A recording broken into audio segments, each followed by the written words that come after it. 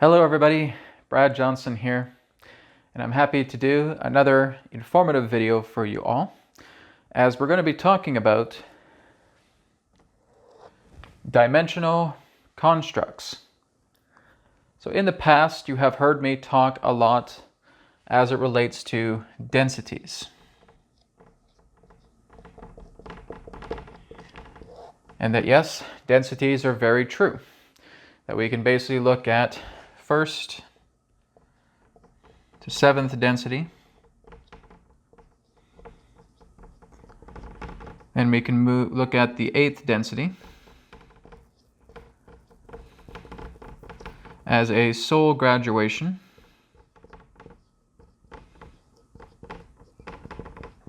leading into monadic consciousness that spans between the 9th and 12th densities, leading into the 13th density representing that of God intelligence in the 13th. And that's again just representing the basic overlay as it relates to densities. But what I'm going to be talking about in this episode, in this video episode, really, is looking into dimensions as it pertains to planes.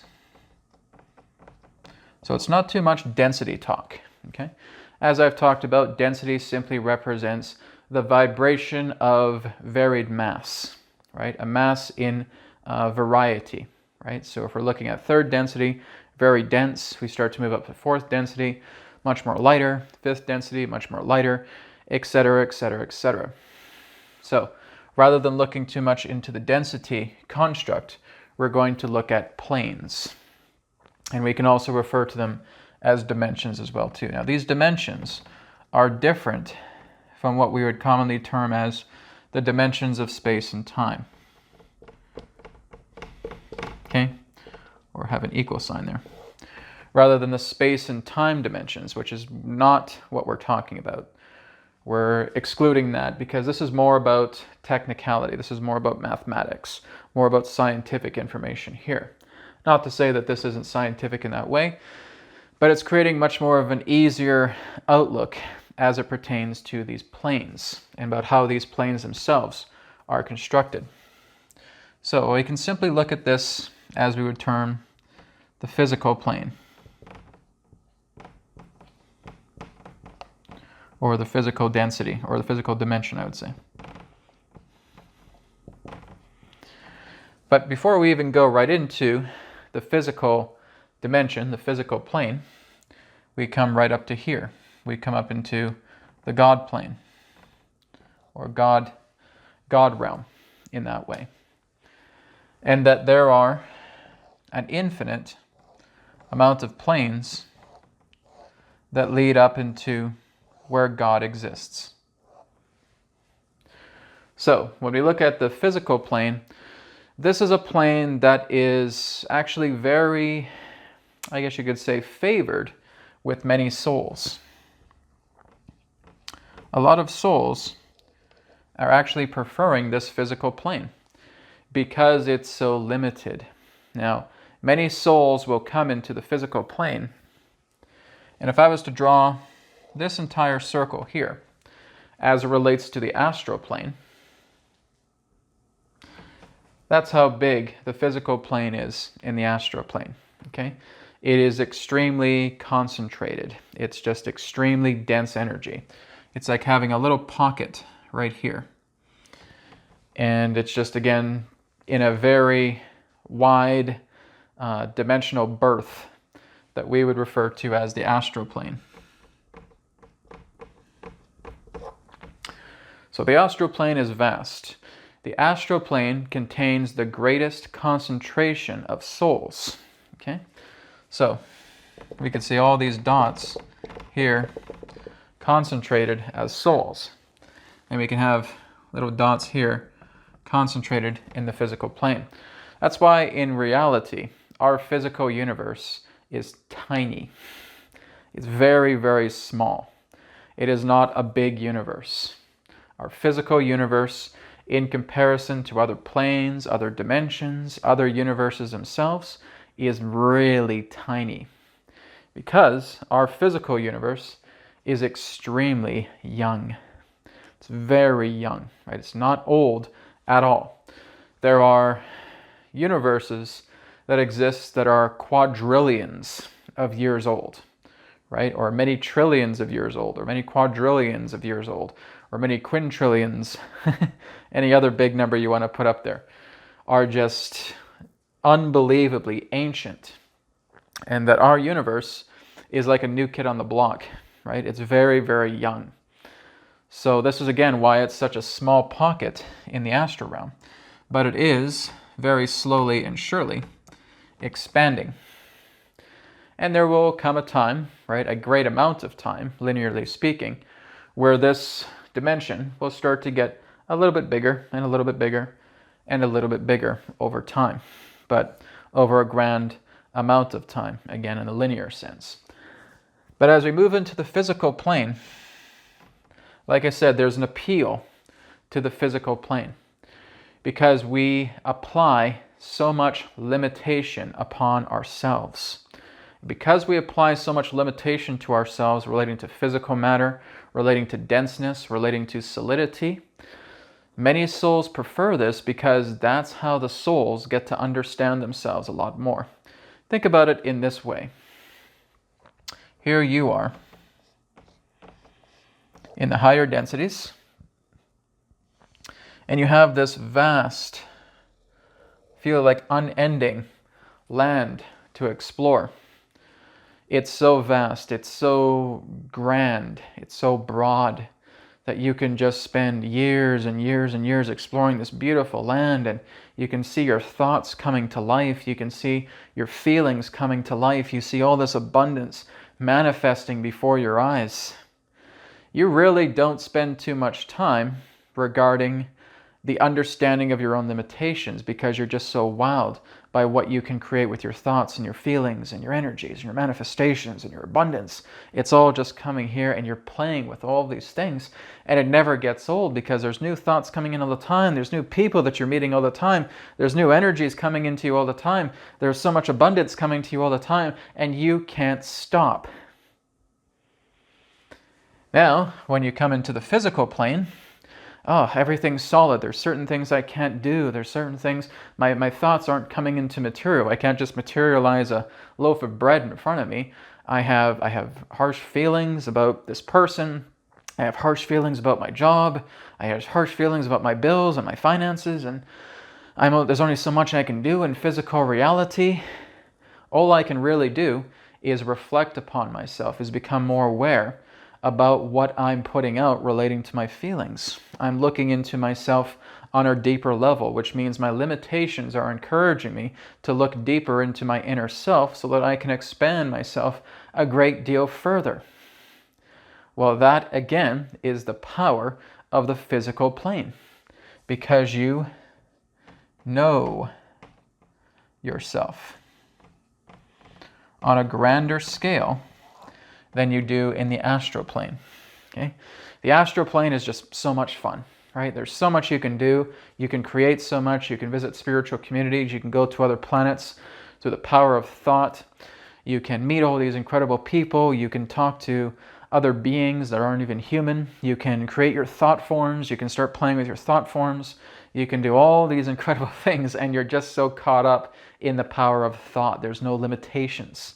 It's just vivid, lucid reality. Whereas physical plane, physical dimension is just so limiting. It's like being inside a box. And we know that there's only so much we can do inside a physical body. We have to look after our physical body. We need to look into our emotions. We need to look into our mentalities. We have to go in ourselves. We have to reflect. We have to do this and we have to do that. We start to get more and more understandings about our inner workings, because we are hitting self-realization. We're operating in linear space and time. Again, that is a restriction. So the more restrictions and the more conditions you put upon yourself, the greater of a mind, the greater of a being that you become. You're purifying your light by looking into your shadows, looking into your darkness. Okay, this is nothing new. Something I've taught for a very long time. All right? So that is the benefit as it relates to the physical plane. Okay? Of course, then again, we have the astral plane right above it. Like I said, it's a thought domain. Your thoughts come to life, etc., etc. It's a much vaster domain. It is the most concentrated plane of souls that there is, perhaps next to the idea of the soul realms themselves. But when souls are basically coming here and creating, many of them are going into the astral realms. They're playing in the astral a lot. So other than the soul planes themselves, the astral realm would be the plane that would concentrate the most souls. But of course, the physical plane, the astral plane, all have sub-densities or sub-dimensions or sub-planes to them. Okay, so the same with astral plane, all of these sub-dimensions that exist in the astral plane, and they all just fit different levels of love coherency. Okay, all of these dimensional planes hold love.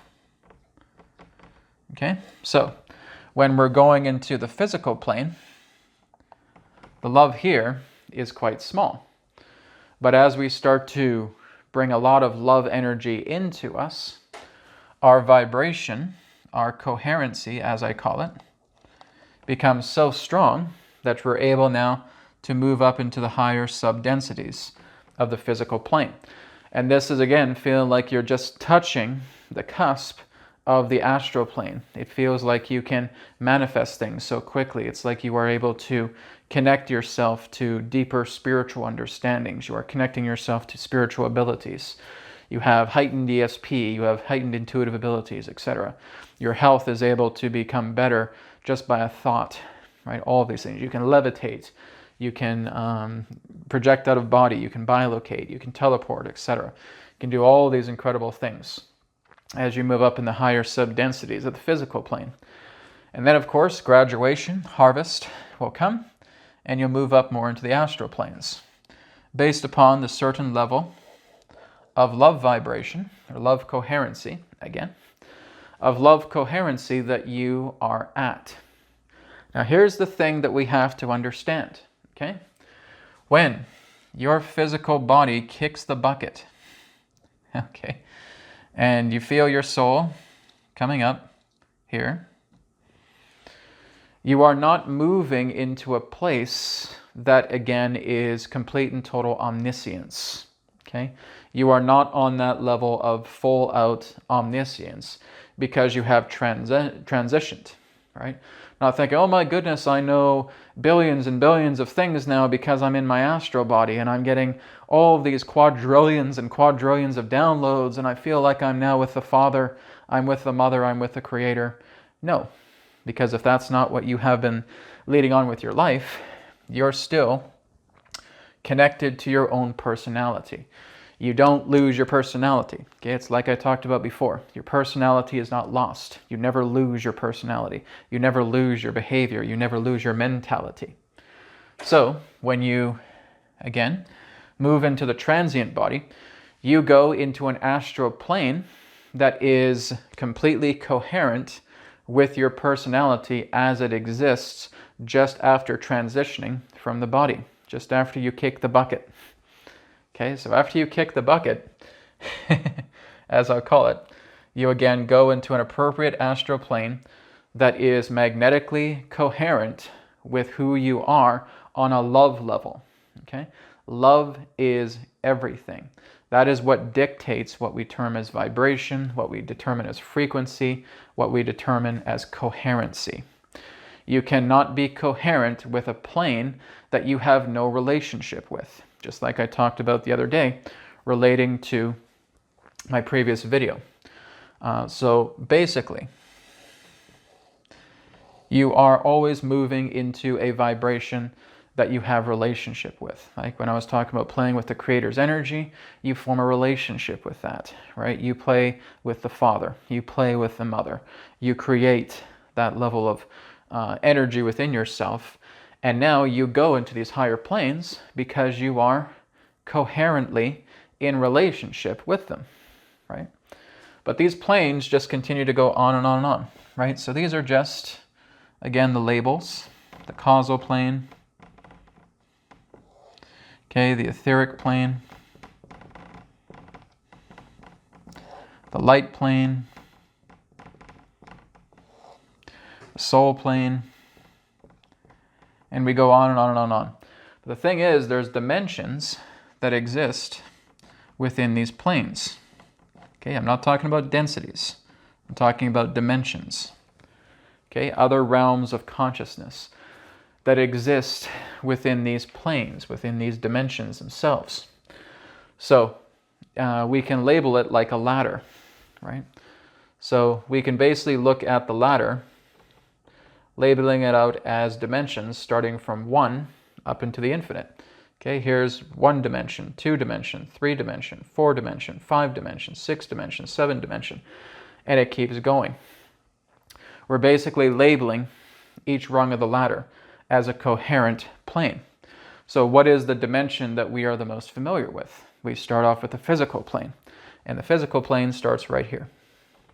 So we start off in the first dimension or the first plane, and then we move up into the second dimension in that way. And that could represent the astral realm. Third dimension could also represent a type of the astral realm. Fourth dimension can also represent a type of the astral realm. Fifth dimension can now start to go up to the causal planes. It can now start to move up into etheric planes as well too. Sixth dimension, we now start moving into more of a group consciousness, into the energies of monadic or group intelligence in that particular way, where there's a lot more connection to non-linearity. And then we can go up to 7th dimension. And 7th dimension can represent that of the angelic plane, right? Kind of like 7th density. So again, I'm putting together a ladder that is different from the densities, okay? This ladder just keeps going, doesn't stop. Well, Brad, isn't it true that there's only like 13 densities, blah, blah, blah? We're only looking at that from a mathematical, technical perspective, okay? If we're looking at these as dimensions or planes, right, it just keeps going. It keeps going. We don't know how many dimensions there are to actually move up to the dimension to where Mother, Father, Creator exist. Which means there are dimensions that we can be aware of that will actually take us up to oneness planes. Okay, there will be dimensions that will take us up to manifestation planes. There will be dimensions that take us up to ascended planes. There will be dimensions that take us into archangelic planes. There are dimensions that will take us into even greater planes than that, where you're just in higher levels of consciousness, right? And who knows, that can go up to so many dimensions, right? 20 dimensions, 21 dimensions, etc. We just keep climbing.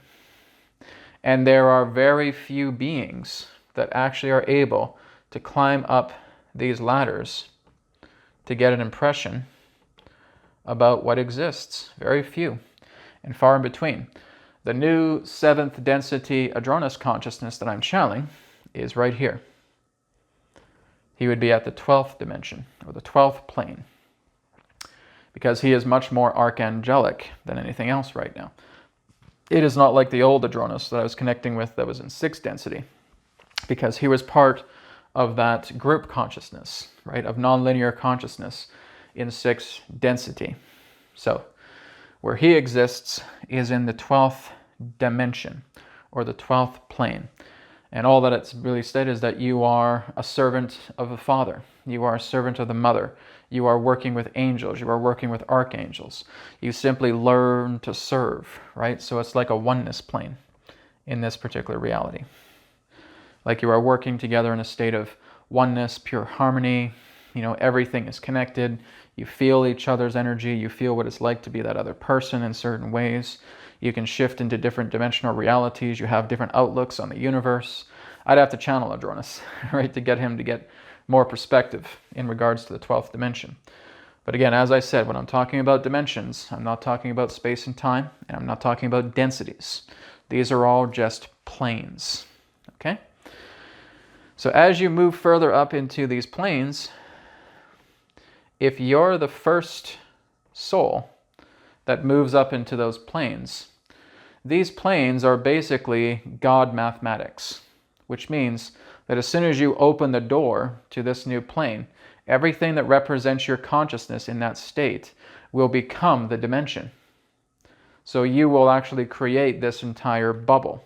You'll create this sphere that represents your own intelligence as you move up into those dimensions.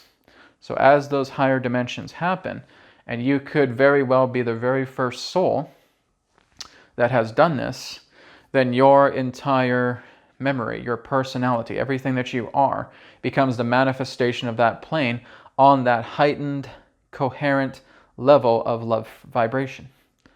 It's amazing to really think of, right? So, yes, there are dimensions that exist that a soul has not even been able to touch yet.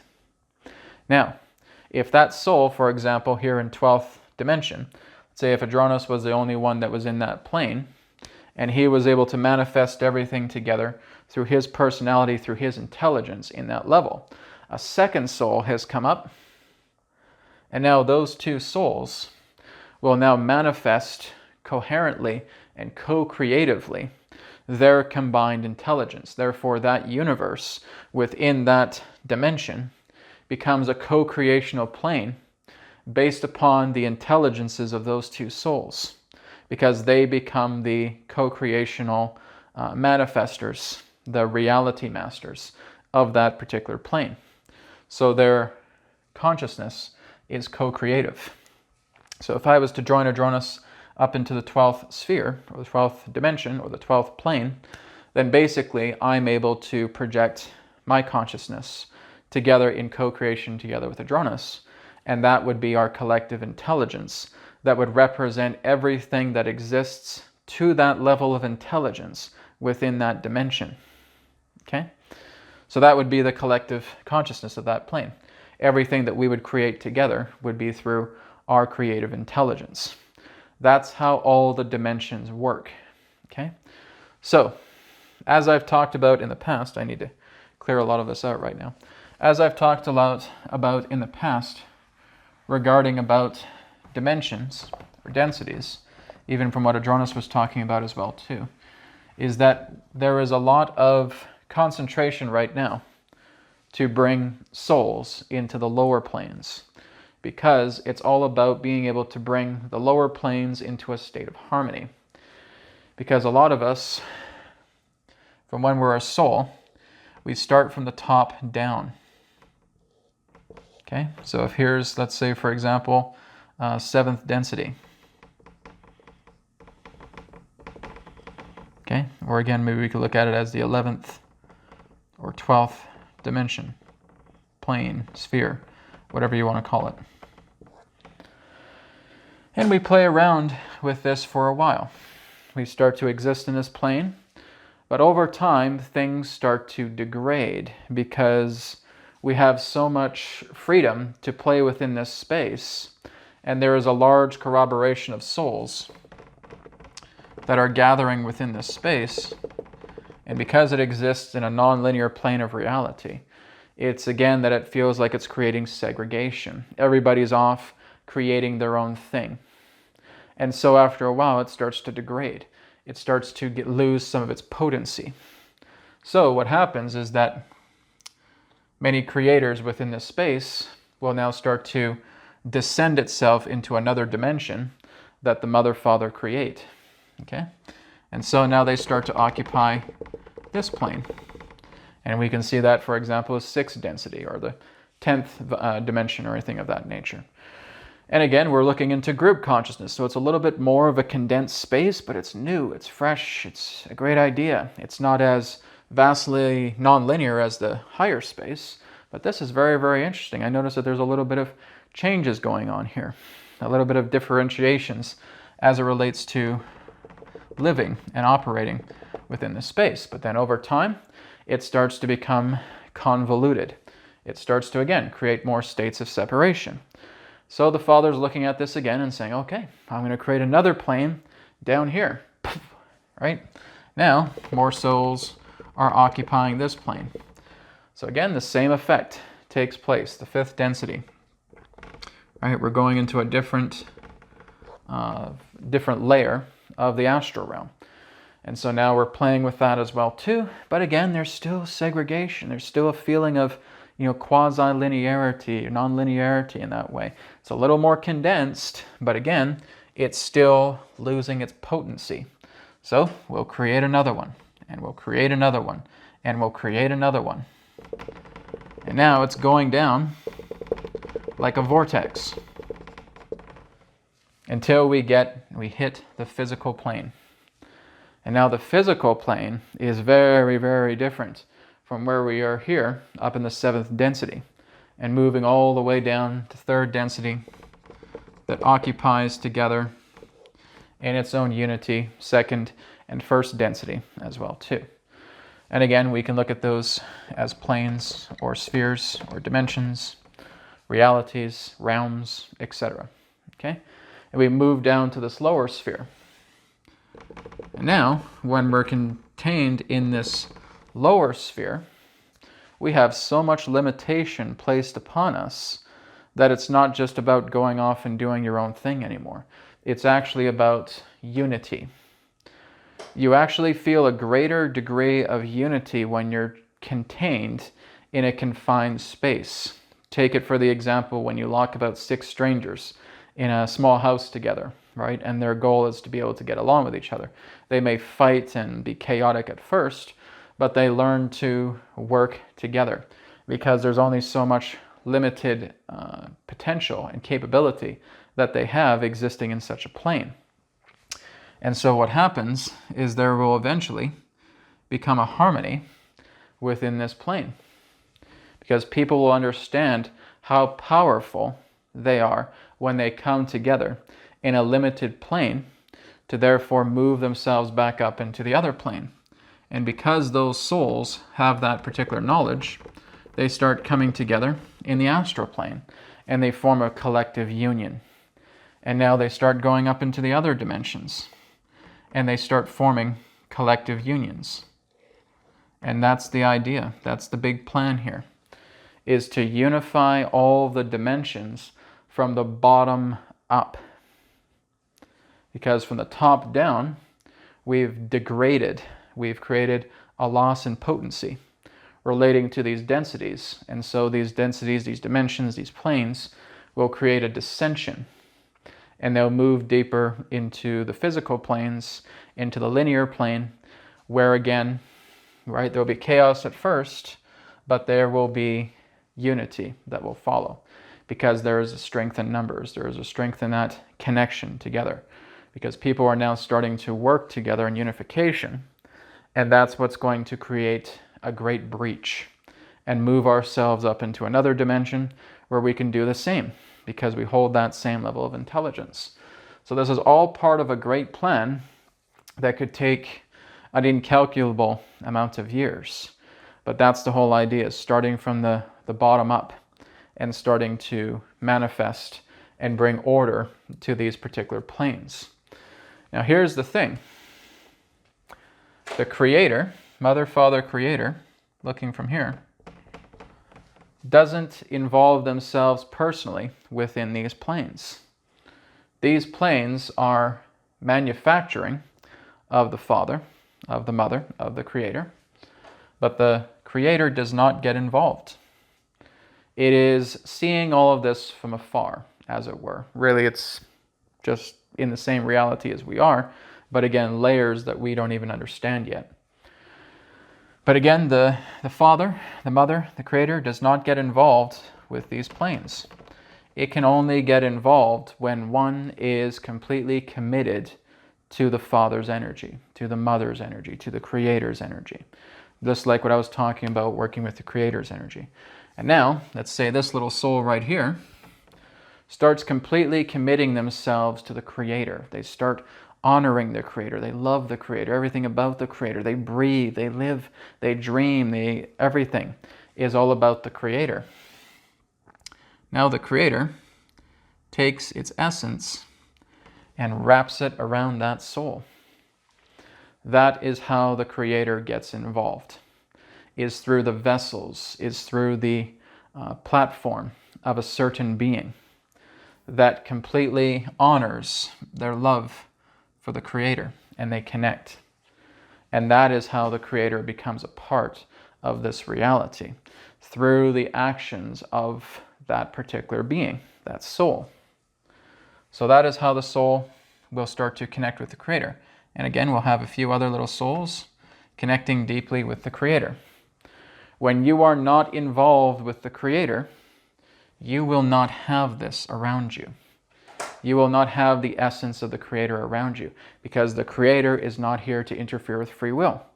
That's part of the, I guess you could say, expression of why the Mother, Father, Creator created the souls. I want these souls to go out and create and bring everything back to me. So it's an analogy that the Creator is in their castle. So here's their big castle, right here. Big door, drawbridge, the water. Okay, another little nice castle here. That is the Creator's home. That's the Creator's castle. All the souls are going out. And now they're exploring the lands, the territories, the mountains, the valleys, the hills. They're going out. But the Creator never leaves their castle. The king, the queen, they stay in their castle. But they are connected. They are able to feel all of their souls, all of their children that leave their castle, but they do not put their essence upon them. They don't put their essence upon them until the son, the daughter, remembers the father, remembers the mother, honors, loves, and says, I'm doing this for my father. I'm doing this for my mother. I'm exploring these territories. I'm going across these great lands, and I'm remembering the father. I'm remembering the mother. I'm remembering the Creator. And I'm doing this because I bring forward my father's will, my mother's will, because it was my mother and my father who had birthed me. And here they are, sitting on their throne. And now they are honored that their children are remembering them. And so with their great power, they bestow their essence upon these souls, upon their children that remember them. And now I give you my essence because you honor me as I unconditionally honor you. And now we become one. So the souls that leave the soul plane really don't have any contact with the Father. They don't have any contact with the Mother. Okay? Yes, they were created, through the Father. They were created through the Mother. They are part of that construct relating to them, because everything that you create will always have a signature of yourself upon it. But they do not contain the essence of the Mother, Father around them, because they're just going out and they're just exploring and they're looking at all these things and, hey, I'm going to create this, I'm going to manufacture that, I'm going to produce that, I'm going to bring this to happen, I'm going to have this relationship, I'm going to have this friendship, I'm going to have this family, I'm going to do this, I'm going to do that. Where is there time for the Creator? Where is the time for the Mother and the Father? Well, if there isn't that, you stay a bare soul, right? And of course, our souls are all about unity, right? So, as I've talked about in the past, we have the yin and the yang. We have the masculine and the feminine. So again, that can be sliced, where you can have male, female, female, male. And basically our own souls become spliced, because really the universe is a feminine universe. That's how she started. It was the masculine aspect of the universe that came in later. Okay, so that came in later and joined together with the feminine universe.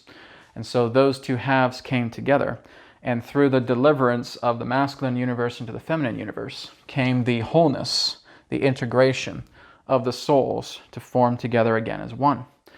So this is where we have our significant other, our other half, that again follows us wherever we go. In the past, I wasn't really thinking too much about the twin flame, about the soulmates and all that stuff. To me, I didn't feel that that was too important. But speaking with the father, the mother, it's actually very important. It's very important that we look into that, right? And I just basically got into that point and say, I don't want to deal with relationships. This was, again, a couple of years back. But I was saying, I don't know if I want to deal with relationships. I just want to work by myself and do these things. And so is my mentality that was obstructing that idea of the divine feminine, of the divine masculine, of our other halves, right? Our soulmates, our kindred spirits, our soul wife, our soul husband, all of those things. But the father, mother reminds me, Brad, that's very important. You have to be very aware of your soulmate. You have to be very aware of your other half. Because if you don't, you're basically wandering around reality naked, right? And you're just not able to really feel clothed and secure without that other half of your soul, okay? So a lot of that can be, male, female, male, female, female, genders of all degrees, right? And that can come together because love is love. But anyways, as we leave the castle and as we go throughout the land and we start to discover our partners again, our partners come into our life, we feel a great state of completion that comes together, but we honor the father and the mother first. That is at the top of the pyramid. Like I created the pyramid in the last video, right? The creator is at the tip of the pyramid, okay? And when you're at the pyramid, the creator reigns up here, beyond anything else, beyond love and light, beyond the angelic, beyond the oneness planes, all of it. All of that was created by the creator, okay? The idea of oneness was a mathematical property created by the creator. This is all just one big program. The creator is a masterful programmer. He, she created the program of oneness. It's a program because it's a program of perfection, right? But it was manufactured. All souls were manufactured and given life through spirit, because that's what the father is. That's what the mother is. Spirit, not soul. Okay? The creator is not a soul. The creator is spirit. So spirit can manifest itself as anything. Spirit can represent itself as the living God. And the living God can portray itself as an entity, portray itself as a living form. And that's how it portrays itself to its children, because the soul in its own way is a type of form, even though it can be etheric in nature as well too, but it does represent a type of form. And because we as human beings identify everything through the state of form, that's how we operate. You cannot form a relationship. And let me show you something in regards to that example.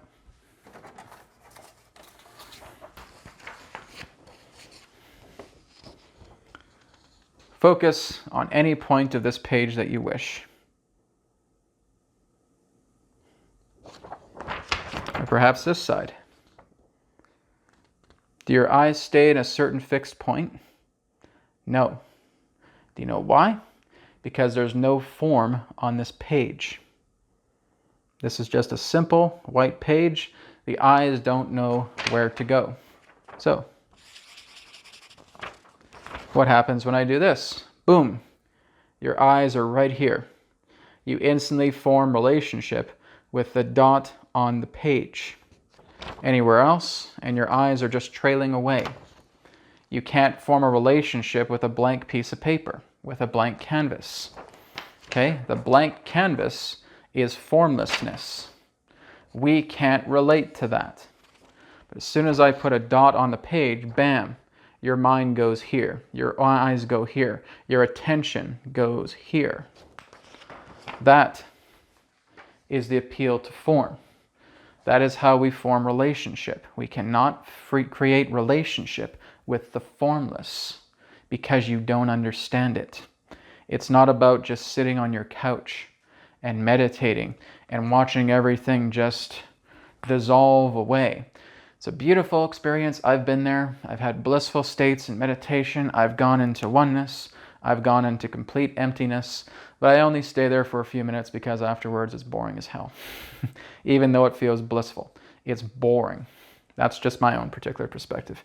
Maybe someone else is blissed out about it, then go bliss out about it. I don't know why you're watching this video. So, the oneness plane, even in the state of nothingness, is a creation by the Creator. It does not go above the Creator. The only thing that's beyond the Creator is null. It is the null state, is what we could refer to as the non-existent absolute, right? Where there's absolutely non-existence, right? Not even nothingness. It's not nothingness. It's null. It's non-existent, void, which I've referred to as the absolute truth, right? Because that's what the absolute truth is. It's changeless. It has no form in it whatsoever. It's still, it's static. And that is, again, absolutely non-existence, not nothingness. Because nothingness actually relates to a form. When you look at nothingness saying, well, it's just blackness, well, you've identified a color. You've been able to describe it. Therefore, it's some type of form, right? So you're not actually looking at the formless. If you can describe something, you're not looking at the formless. You're looking at some particular type of reference, even though it may not interact with you in that way. But looking at that piece of paper in that sense is giving you an example of non-existence, right? Nothing, I would say rather non-existence. And then putting a dot on the page, poof, you relate to that, okay? That's what's being said here. But anyways, as I was saying, all of these souls go out and they start exploring. And when they start to connect with their parents in the castle again, they now have this incredible ability. They now have this incredible scope about what even lies beyond these lands that they could never ever foresee. They now start to look at all of these people that they have never met and that they could never foresee. They're now actually able to create more of the landscape than they could never do before. And now they become God-like because it is the Father, the Mother, the Spirit placed upon the soul that they are now doing the Father, the Mother's work as they go out, as they create. They are creating through the Creator, going through all these different dimensional planes, creating and creating and creating and creating. And when we get to the bottom of this ladder, as I talked about through the example of the 12th dimension, where there's two souls here, we have quadrillions and quintillions and sextillions and whatever amounts of numbers you want to put that exist in the lower planes. And the lower planes, with all of these souls here, form a collective union. As I said, the Mother Father does not intrude upon these planes. They only cast their essence, their spirit, upon the soul or souls that once again remember and honor the Creator. Therefore, the Creator's essence comes upon them. And you could refer to them as a son or daughter of man, or son and daughter of God, right? That's the best experience that we know of from the times of Jesus. So there are sons of man, there are daughters of man, there are sons of God, there are daughters of God that are working in these planes to sanitize them, to bring them into purity. But when we look at these lower planes here, this is all about a collective union, which means that all of the corroborating souls that are part of these particular dimensions, their intelligence has become part of the plane's collective intelligence. Therefore, we have a collective will. And the majority of the collective will here, because of the souls involved with this plane, involve a 50.1% bias towards love. Because the type of souls that are in this plane are a little bit more in favor to love than hate or fear, right? So the universe will only abide based upon the collective soul intelligence, collectively unified within that dimension to determine its will. But now that there are more souls coming into this plane to sanitize it, that number is going to go up perhaps a little bit more over time. It may actually go up to, like, say, 51%. Not right away, but in times ahead. That it may actually go up into a 51% bias towards love. And it may increase from there more and more and more. How long does it take? Who knows? Right? It all depends upon the collective intelligence that are coming through. Because there are many souls that were going into the dark paths that are now starting to come into the light. And again, the incalculable expressions of all the souls unified in these different dimensions will continue to raise up and up and up, bit by bit by bit, slowly raising the percentages, right? So we may have 50.100000000000003%, right? And maybe it's just going up this very small decimal of a percent, bit by bit. But nonetheless, the mathematic as it relates to the love bias towards this universe, towards these planes, are increasing. Because as you move up more and more and more and more, you're going up into 80% numbers. You're going up to 90% numbers of love. You're going up to 95%. 99%, etc. And it keeps going up into these higher planes relating to the bias of love, right? So again, if it's one being that's full of love, that really has completely cleansed themselves of any darkness, you'll go into a realm that's completely made out of light, that has 100% love, vibration, coherency contained within that plane. And if you are not coherent with that intelligence of the dimension that's contained inside that love plane, you won't be able to enter it because it's filled with so much love. There's 100% pure, unconditional love in that plane. Unless you're 100% unconditional love, you can't even get into that plane. And that's how a lot of these higher planes are. They are so filled with unconditional love, you could not even notice them. You can't even get to the front door. Because the soul or souls that are contained with the collective intelligence of that dimensional domain are purely unconditional loving. So you can't have any darkness. You can't have any lack within yourself. And there's an opposite effect as well too, going into the hell dimensions of reality, where you're going into the very lower astral. Right? And the lower astral has hell domains. They're just termed that in that way because they are completely shrouded in darkness. Right? Darkness doesn't have to be an evil thing, but basically they go into this particular darkness because they want absolutely no part of love whatsoever. And you can actually go so deeply into these horrifying realms that are 100% lack. That is frightening. That's horrifying. But guess what? Angels will go into those deep, dark dimensions, as deep as they possibly can. They will literally just sacrifice their vibration and they'll go into these lower dimensions. They'll go as low as they feel they can handle and they will pull people out. They will say, come on, it's time for you to forgive yourself. It's time for you to bring love. I'm here for you. They are completely selfless. And angels will fly right in here, right into the bowels of hell, in these hell planes, in these hell dimensions, as deeply as they can and say, come on, take my hand. I want to get you out of here. You don't need to be in a place like this anymore. So no matter how deeply you go into the chaos, there will always be a light shining that wants to take you out of that pit, right? You can be in the bowels of hell, these bowels of hell dimension where you feel like everybody's betrayed you and you can't trust anybody and you hate yourself and you're 99% filled with lack. There will be that one little angel that will come in.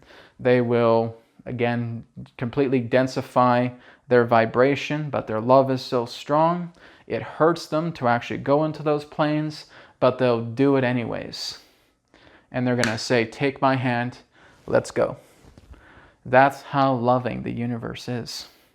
So many of us are scared about going into these hell dimensions. Do you have any idea how much of a raging psychopath you have to be to actually go into these planes? The raging psychopaths will probably only go to about here. They won't even be able to go down there, right? You have to be the most sinister, sadistic, horrifying piece of crap, the grand king of manipulation, right? Some of us can term it as Satan, but the devil, again, is just everything that we create out of our own minds, right? But there will be people that will come together that will represent those manifestations, right? In reality, there is no devil. It's the idea of the devil that comes through our minds that we manifest. And like I said, there's horrible planes, god-awful planes that exist in lower astral, right? It goes deeper because what happens above can also happen below, right? 100% pure unconditional love vibration, 100% complete and total horrifying lack vibration can also go on the astral plane. And it can go so incredibly deep, light can't even get to it.